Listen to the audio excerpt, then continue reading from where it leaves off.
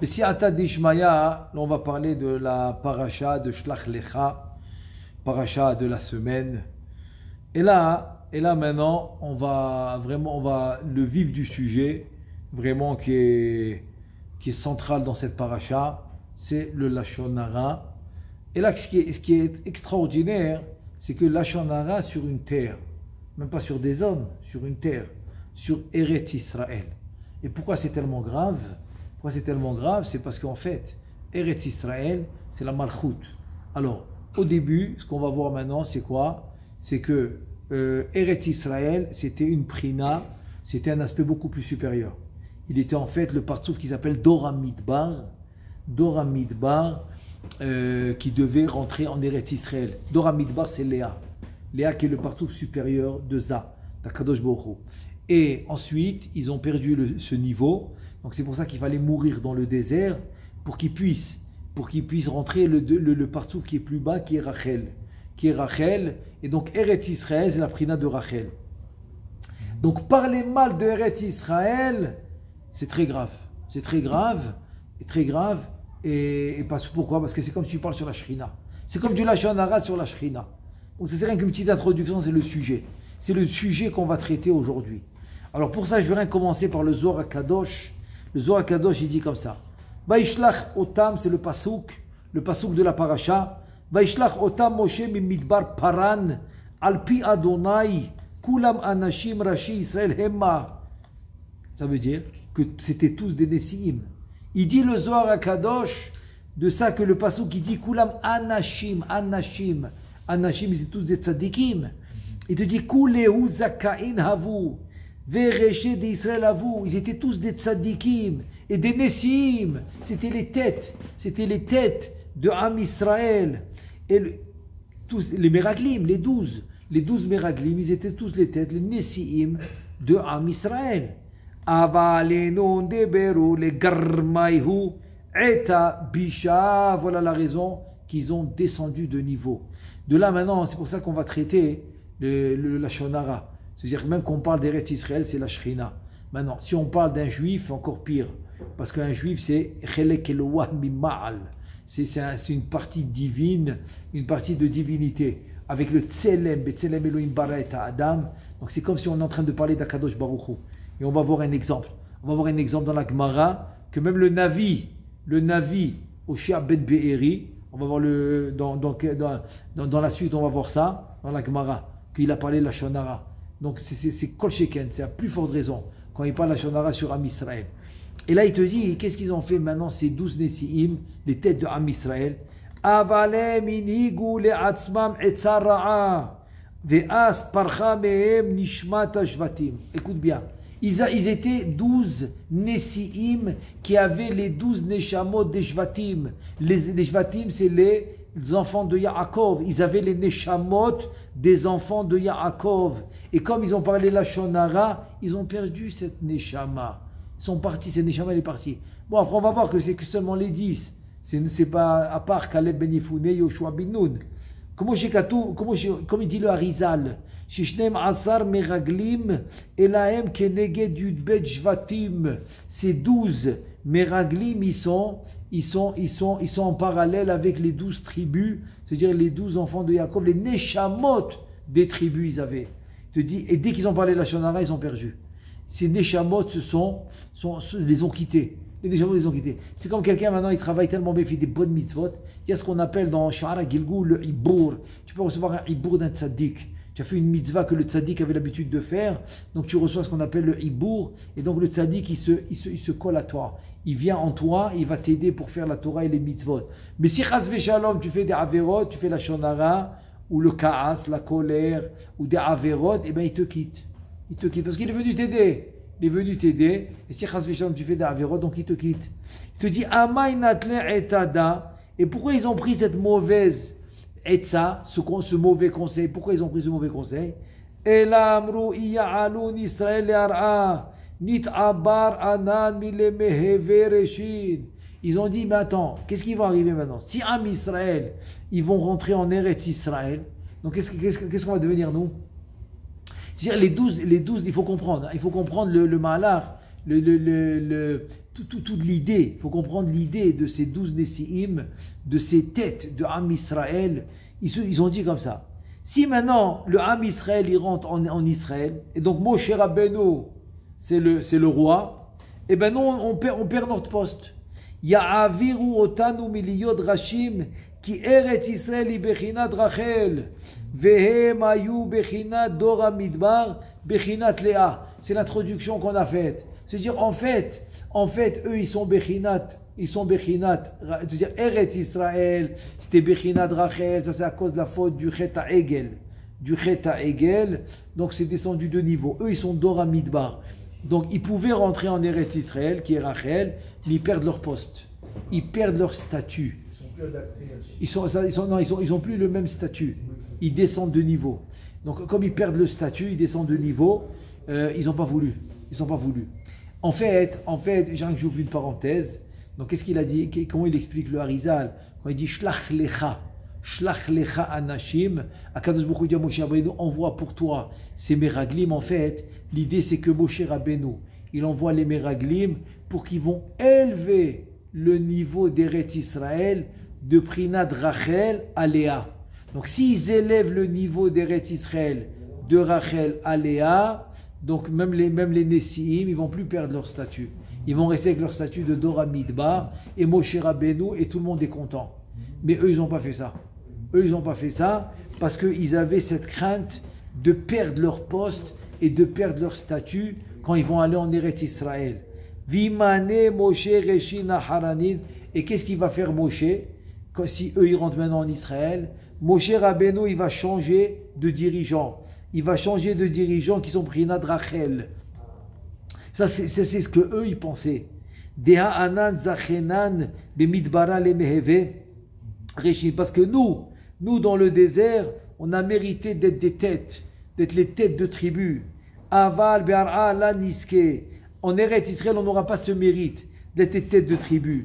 Pourquoi? Mishum be'eretz Israël hisod Rachel vedor amidbar ayu milea eshet Yaakov. Ça veut dire que Eretz Israël, c'est quoi? C'est Rachel, très bien. Et le Dor Amidbar, c'est quoi? C'est Léa. Donc comme Eretz Israël, c'est la prina de Rachel, et le Dor Amidbar, c'est la prina de Léa, alors ils ont dit on va perdre.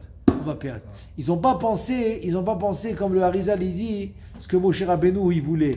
Moshe Rabbeinu il voulait qu'eux ils montent de niveau, qu'ils rentrent Eretz Israël Léa. Comme ça tout le monde est content. Eux ils perdent pas leur poste. Moshe Rabbeinu, il garde son statut, eux, ils gardent leur statut, tout le monde est content. Il fallait qu'ils aient une sorte de Messirut Nefesh. Exactement. Vers leur poste. Ils abandonnent, tant pis. Voilà. Et la Messirut Nefesh aurait fait qu'ils auraient monté de niveau, et donc ils auraient gardé leur poste. Eux, ils n'ont pas fait ça. Donc ça qui dit le Zohar Kadosh. C'est qu'ils ont pris sur eux un mauvais conseil. Mitu inun vekol inun denatlin milayhu mituhem vekol otam shekiblu et divrehem. Donc eux et tous ceux qui ont accepté leurs paroles, ils sont morts dans le désert parce qu'ils ont choisi de parler le lashon hara. Ça veut dire que quoi? Ça veut dire que le fait de dire le lashon hara, ça va veprina demota. C'est-à-dire ça va dans le tzad hara, le tzad de la mort. C'est pour ça que Chas v'Shalom, ils ont tout perdu à cause du lashon hara. Pourquoi? Donc, premièrement, le Chafetz Chaim dit dans le livre de lashon hara, il a mis dans la préface que quoi? Que dire lashon hara, il dit lashon hara, c'est utiliser la parole spirituelle. La parole spirituelle, c'est quelque chose qu'il n'y a que le Créateur qui peut donner. Même Maharal Miprag, quand il a créé le golem de Prague, il l'a créé pour le servir parce qu'il avait les pogroms, etc., qu'ils accusaient les Juifs à tuer les goïms. Donc il a créé ce golem pour l'aider à enlever les accusations. Et bien la parole, il n'a pas pu lui donner. Il a utilisé le Sefer Yetzira pour former le golem. Il y avait 4 personnes, parce qu'il faut 4 prinotes pour faire un homme. Arba, Esh, Ruach, Maim, Afar. Donc il a pris 4 personnes. Une d'entre elles, c'était son Khatan, qui a écrit exactement tout ce qu'ils ont fait. Donc c'est là-bas où j'ai vu toute l'histoire, comment ils ont fait, etc. Et donc là-bas, il dit qu'une chose, ils n'ont pas pu leur donner. Une chose qu'ils ont pu leur donner, c'est la suivante. C'est quoi? C'est la parole. Et sur ça, il dit Rabbi Shimon Bar Yochai. Rabbi Shimon Amar, Il m'allait à vous, Aïle Yisraël et Ara, Bessimana, il te dit, Velishna Bisha, Imayu Olim Venirnasim Am Israël, l'Eret Israël Bessimanim, Beumanuto, chez la Nachashi, la Shonara, Delechilou Bemeraglim, l'Eret Israël. Si Chas Veshalom, il serait rentré comme ça, avec le Lachonara, la Vakaim Alma Rig Achad, le monde n'aurait pas tenu un seul moment. Man Umana Delishna Bisha, ou Miha Umana Gadol chez la Ronasha, c'est le Nachash. C'est le Nachash. Ça veut dire que vivre en Eretz Israël et faire du Lachon Hara, c'est le catastrophe. Catastrophe. Et où on voit ça? Alors on va voir une Gemara maintenant, une Gemara dans Ktubot. La Gemara dans Maseret Ktubot, dans la page 112, Amoud Aleph et Amoud Bet, elle commence Amoud Aleph et finit Amoud Bet. La Gemara dit la chose suivante. Il y avait deux Chachamim en Eretz Israël qui avaient une yeshiva. Les deux Chachamim, c'est des Amoraïm. Ils s'appelaient Rabbi Amé et Rabbi Assé. Rabbi Amé et Rabbi Assé, Kaime Mishimsha Letula, ça veut dire qu'ils avaient une yeshiva en Eretz Israël. Donc ils étudiaient en plein air en Eretz Israël. Mais qu'est-ce qu'ils faisaient? Ils allaient du soleil, Mishimsha c'est le soleil, du soleil à l'ombre avec leurs élèves. Avec leurs élèves du soleil à l'ombre. Et la Gemara continue, ou Mitula, les Shimsha, de l'ombre ils allaient au soleil. Alors, ça veut dire quoi? Ils étudiaient quoi? De l'ombre au soleil, du soleil à l'ombre. Il dit Rashi, vas-y côté Rashi,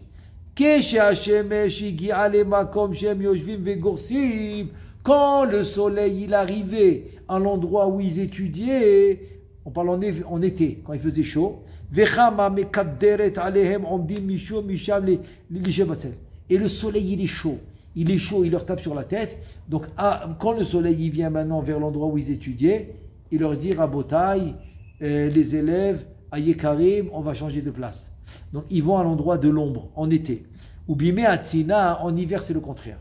Ils étaient dans l'endroit où il y avait le soleil. Et quand le soleil il partait parce qu'il y avait l'ombre, et donc ils changeaient d'endroit. Ils allaient en hiver, ils cherchaient un endroit avec le soleil, ça réchauffe. En été, c'est le contraire. Ils prenaient l'endroit avec l'ombre. Pourquoi? Il dit Rashi Kadosh. Il dit Kede Shelo Yuchlu Litraem al Yeshivat Eretz Israël. Pour ne pas qu'ils vont sortir une mauvaise parole et se plaindre sur le fait qu'ils habitent en Eretz Israël, c'est pas agréable. Ils auraient dit il fait trop chaud en été, ou en hiver il fait froid. Pour ne pas qu'ils sortent une mauvaise parole et que c'est pas agréable de vivre en Eretz Israël, Rabbi Amé, Rav Amé, Veravasé, il faisait tout ça. Il te dit Veke Kotev, Rabbeinu Yosef Reb Sivro Ben Yonada. Et maintenant on va voir un peu c'est presque, mais il va rajouter quelque chose, le Ben Ishraï, c'est Ben Yoyada, c'est son pirou sur la Gemara. Il dit le Ben Yoyada comme ça. Kaime Mishim Shaletula, il passait du soleil à l'ombre. Il dit Pirouche, c'est-à-dire que Rabbi Amé, Verabi Assé, Hayou Be'eret Israël, eux ils étaient en Eretz Israël. Ou Makom Sheshonim Bo le Talmidim Betula, c'est-à-dire l'endroit où ils enseignaient aux élèves à l'ombre. Afalpi Shehem, Apaishim Tagia Laem Hashemesh, Lo Echpat Leu Kolka. Ils disent comment qu'est-ce qu'il y a? Les élèves, ça va tellement les déranger que quoi? Que le soleil va venir un peu sur eux en été. Tellement ça va les déranger, mais ils sont occupés à étudier. Il dit le Ben Ishraï.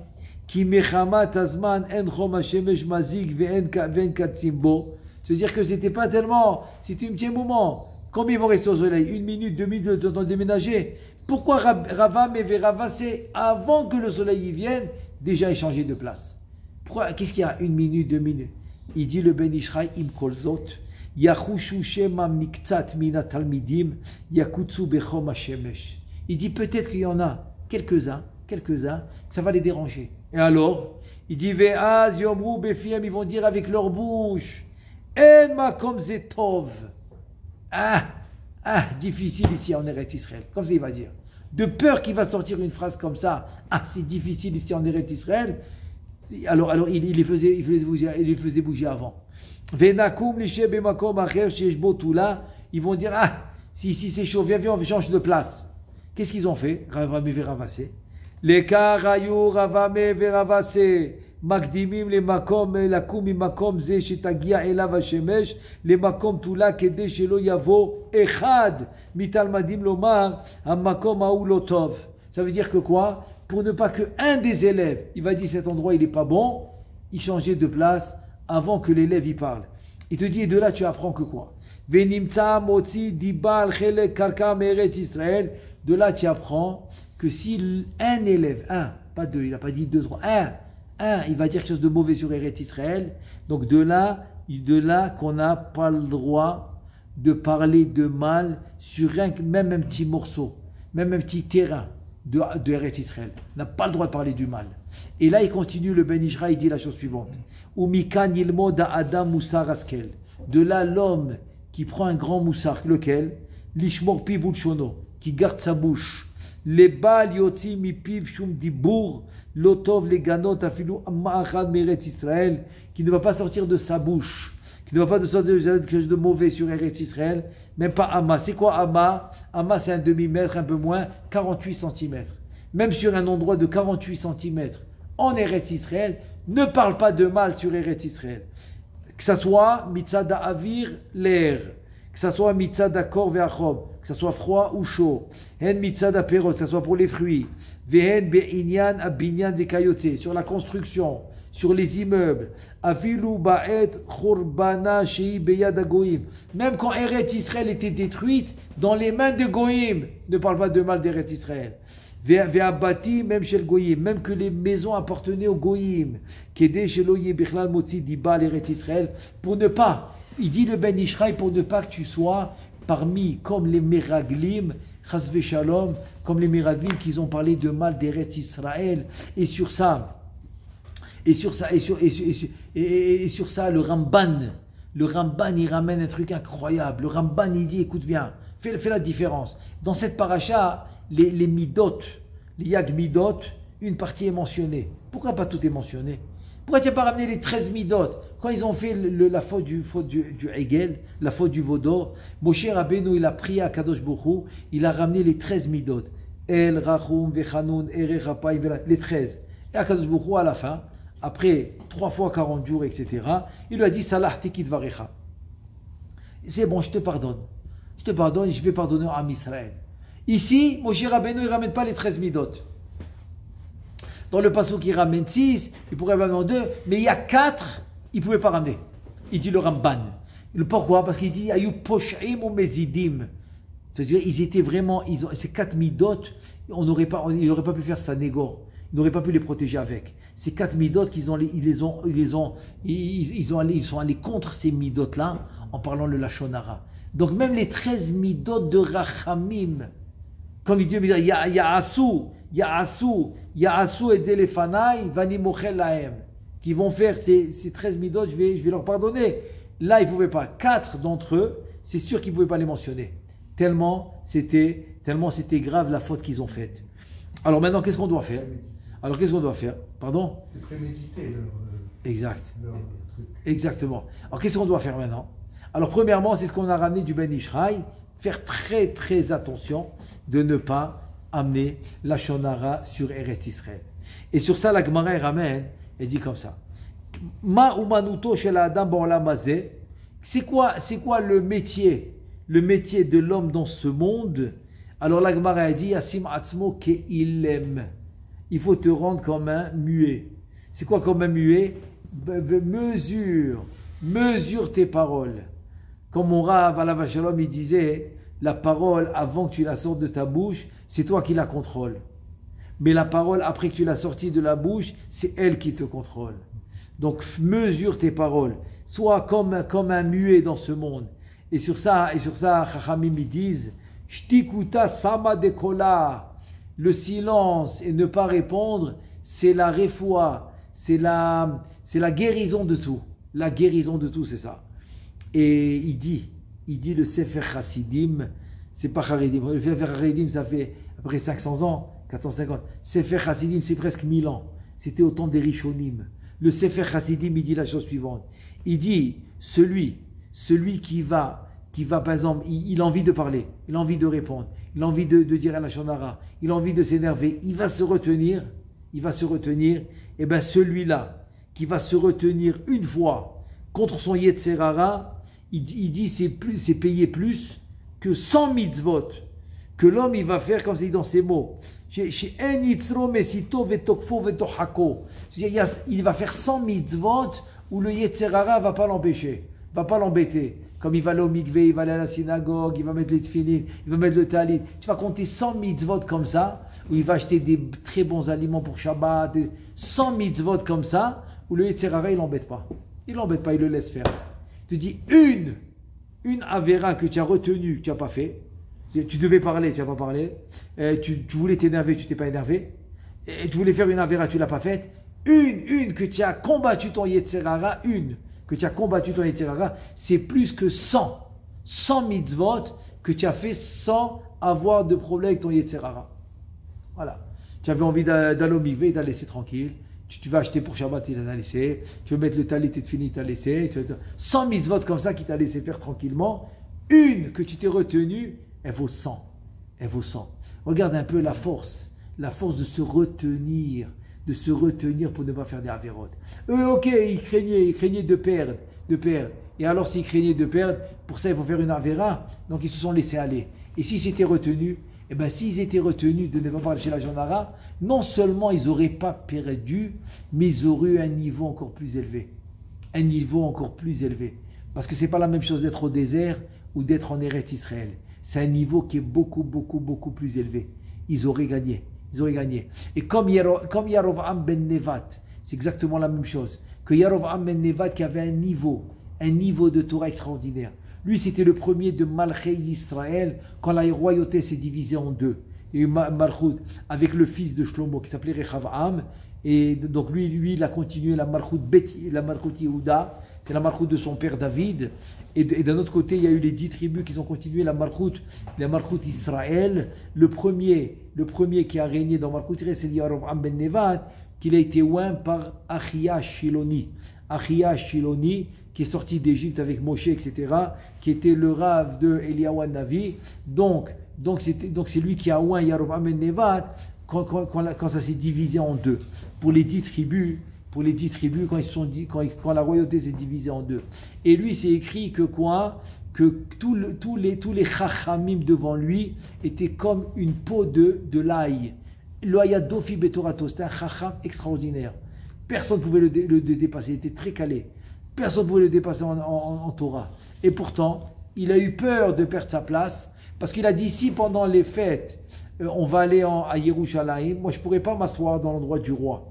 Il y a seulement Beth Yehuda ou Beth Amikdash, seulement les descendants de David qui peuvent s'asseoir dans l'endroit du roi. Donc celui qui est descendant de David, il va s'asseoir. Moi je ne suis pas un descendant de David, je ne vais pas m'asseoir. Donc il avait peur de perdre sa place, que tout le Ham Israël retourne avec la royauté de Yehuda et qu'il perd sa place. De peur qu'il perd sa place, à cause de la Ga'ava, alors lui aussi il a perdu.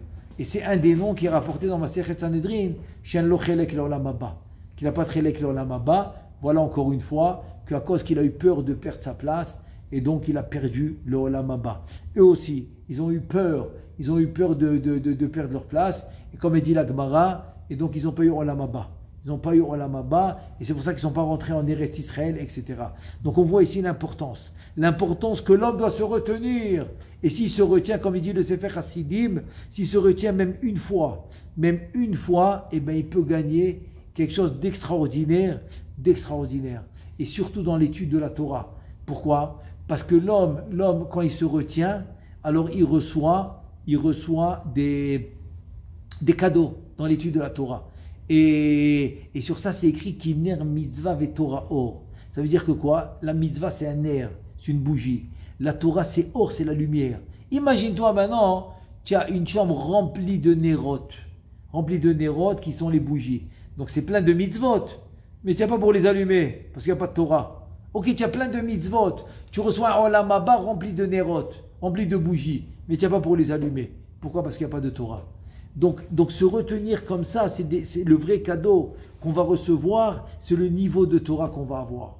Et là, je veux finir avec une vraie histoire pour voir un peu exactement la notion qu'on a parlé. De se retenir, de faire quelque chose de pas bien, va nous donner une élévation spirituelle dans la Torah, parce que c'est ça vraiment la vraie récompense. La vraie récompense que l'homme il peut avoir dans ce monde, c'est cette élévation de la Torah.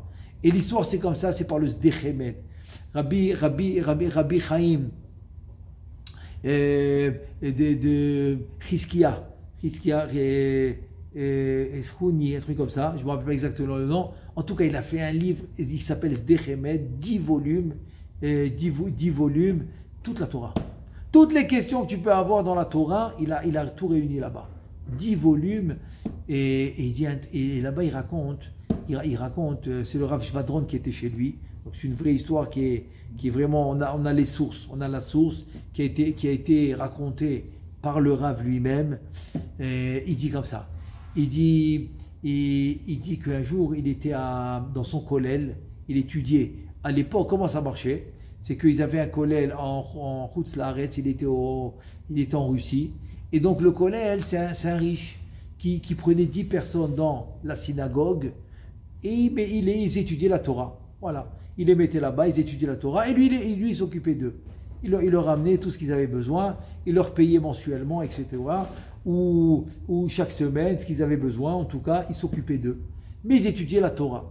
Et voilà que parmi eux, il y avait le Sdechemed en question. Et lui, comme il adorait étudier, donc évidemment que le donateur, il avait un amour spécial pour le Sdechemed. Et donc c'est pour ça qu'il était mechabev oto, donc il était vraiment content de lui, etc. Il était tellement proche de lui, tout ça, que c'était en relief, quoi. Quand il venait au collège, toujours lui qu'il allait voir, qu'il allait le saluer, qu'il allait le...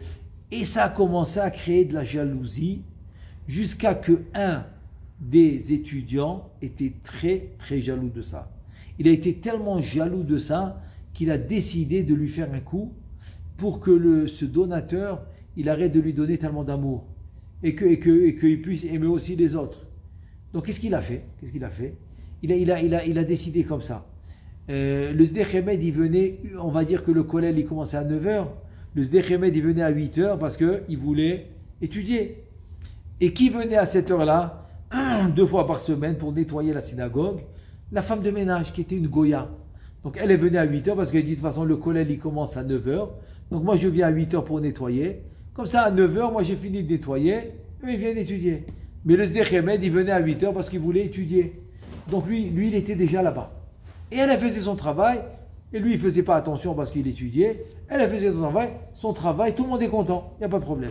Qu'est-ce qu'il a fait? Il est parti chez cette femme, cette Goya, il lui a proposé de l'argent, et le coup c'était le suivant, c'est qu'eux ils arrivent à 9h, et qu'elle se met à crier, comme si le Sdechemed a voulu la violer. Et donc eux ils arrivent, donc ils vont écouter les cris, donc ils vont rentrer là-bas, elle va leur raconter que le Sdechemed a voulu la violer. Et voilà, comme ça, le bruit va courir chez le donateur, que le Sdechemed a voulu voler cette Goya. Et il a pensé, il l'a fait. Il l'a payé, il lui a donné de l'argent. Elle a accepté. Une Goya, tu donnes de l'argent, elle fait tout ce que tu veux. Il n'y a pas de problème, elle a accepté. Et voilà, ils arrivent le matin. Et vers 9h, comme prévu, elle se met à crier. Eux, ils arrivent. Parce que bon, pas tout le monde le savait. Il n'y a que celui qui a payé qui savait. Maintenant, les autres Avrechim qui sont venus étudier, ils ne savaient pas. Ils sont venus à 9h pour étudier. Donc, ils ont tous couru vers la synagogue, là où ils étudiaient. Et ils ont vu cette femme en train de crier. Et là, elle leur dit que, soi-disant, que le Sdechemed a voulu la violer. Waouh, quel scandale et tout. C'est bon que, évidemment, le bruit est arrivé chez le donateur. Il leur a dit, écoutez, retournez maintenant dans le Beth Hamidrash, à la synagogue pour étudier, et j'arrive. Et je vais réfléchir quoi faire. Très bien. Il arrive après 1h, que tout le monde est déjà en place en train d'étudier, et il se met dans la teva, il commence à observer tout le monde, et il observe le Sdechemed. Il voit que rien n'a changé. Il ne bouge pas, il est avec ses livres, il étudie, tranquille, il ne fait même plus attention à ce qui s'est passé. Il a, c'est-à-dire en 2 mots, comme si de rien n'était. Et je sais pas, il a senti qu'il y avait quelque chose qui n'allait pas. Il a frappé sur la teva. Il a dit maintenant, on arrête de parler de cette histoire. Elle est classée, elle est oubliée. on continue notre travail normal. Étudier, tata. Maintenant, la Goya, il l'a renvoyé. Il a pris quelqu'un d'autre pour nettoyer le Beth Midrash. Et comme ça, l'affaire, c'est fini. Un mois plus tard, il raconte le Rav. Cette Goya, elle vient le matin. Elle vient le matin, elle savait que le Rav, Zdechemad était au Beth Midrash à 8 heures. Elle vient. Elle se met à pleurer. Elle lui dit, je regrette ce que j'ai fait. J'ai pris l'argent, maintenant l'argent je l'ai fini, travail j'en ai pas, et donc je suis resté sans argent, j'ai été bête. J'ai été bête de faire une chose pareille, et en plus de t'accuser de quelque chose que tu n'as pas fait. Alors maintenant l'argent j'en ai plus, je l'ai fini, on l'a mangé, elle est finie. Travail j'en ai pas. Donc pourquoi maintenant tu vas rester avec une accusation que tu n'as pas faite? Donc maintenant ce que je vais faire, je suis venu te le dire, c'est que je vais aller chez celui qui m'a engagé, celui qui tient ici le collège qui vous paye, je vais aller lui dire que c'était un coup monté et qu'un tel, et là elle lui dévoile. Elle lui dévoile qu'un tel dans le Beth Midrash l'a payé pour faire ça. Et je vais aller lui dévoiler que tu es innocent. Alors si déjà maintenant j'ai tout perdu, j'ai pas d'argent, pourquoi tu vas rester avec cette accusation? Je vais aller déclarer que tu es innocent. Le Zdechemad dit au début, j'étais très chaud. Je voulais qu'elle le fasse. Parce que, sauf, j'ai eu quand même une tâche. Donc, on m'a accusé d'aller avec une Goya. Donc, je voulais vraiment. Et après, j'ai réfléchi, j'ai dit, attends, il y aura un Chilul Hashem. Le nom d'Hachem va être profané. Alors, j'ai dit, attends, mais c'est pas possible, je ne peux pas la laisser faire ça. Je me suis repris. Je lui ai dit, tu as raison, j'aurais aimé que tu fasses ça. Pour nettoyer mon nom. Mais, je t'en supplie, je t'ordonne de ne pas le faire. Ne pas le faire. Bon, il a essayé de lui expliquer qui Chilul Hashem, profaner le nom d'Hachem, je ne sais pas si elle a compris, mais il lui a dit, écoute, je suis prêt à t'aider, parce que bon, Hachem, je connais du monde, je suis prêt à t'aider à te trouver un travail chez quelqu'un d'autre, comme ça au moins tu auras un travail, mais je t'en supplie, garantis-moi que tu ne vas pas lui dévoiler. Elle a vu ça, elle a dit, il va l'aider pour trouver un travail. Puis elle a vu, quel tzaddik. Ça l'a fait encore plus pleurer. Comment j'ai pu te faire ça? Je suis vraiment désolé, comment j'ai pu te faire ça, etc. Et bon, si c'est, comme on dit, retsono chez la dame zukevodo, la volonté de l'homme, c'est ça son kavod. C'est ça son kavod. Donc elle a dit, ok, si c'est ça que tu veux, j'accepte. Donc lui, il lui a trouvé un travail, l'affaire elle s'est réglée, et voilà, personne n'a dévoilé au donateur, et il dit, écoute bien, il dit, à partir de ce jour-là, comme j'ai fait Kidou, j'ai fait ça les Shem Shamaim. Pour ne pas avoir Chilul Hashem, j'ai décidé de garder mon nom sale, pour ne pas avoir Chilul Hashem.